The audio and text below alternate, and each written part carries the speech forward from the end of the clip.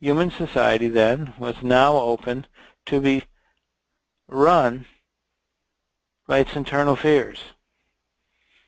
Those in power, the powers that be, every culture has the powers that be, saw this as being special because, okay, the immortals were at one level, but right below the immortals were their group, their inner group, which of course is the ill-named elite, or as I like to call them, minions, followers.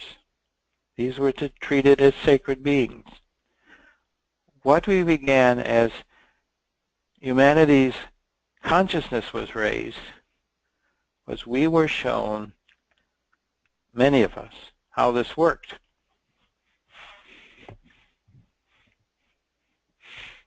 Revolutionaries would become minions. Minions would maintain what the powers that be wished. It was like conspiracy. If you read all the stories about every revolution in this country and this world, you began to see this. It was like a funny little cycle. So if you tried to figure it out, it didn't really work. Because whenever you did something, you try to change something, then the reality would be altered by the pronouncements of the Anunnaki's minions, and sure enough, things would not change. They eventually returned to where they were. Plan A became Plan B became Plan A. So in our society, it was told that competition was the only way to work. If you didn't want to die in poverty, you had to play the game. The game was to do what the minions told you to do, and if you were good enough, you would be able to be success at it and help the minions become stronger. So there was a constant setting of one group or one nation, set of cultures against one another. This perpetual war. If you read history, doesn't matter what country, doesn't matter what continent, you'll find the same thing happening.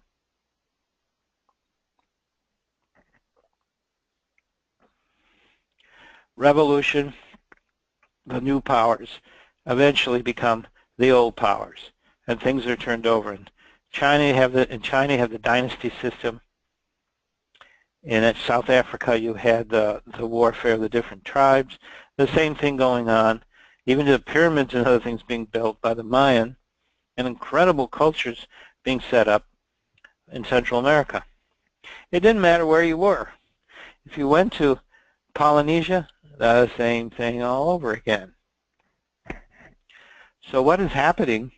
It's the same basic cycle going on again and again and again. Now, heaven knew that this crazy little thing could go on forever. So what heaven needed to do was to start to mitigate a little bit of this.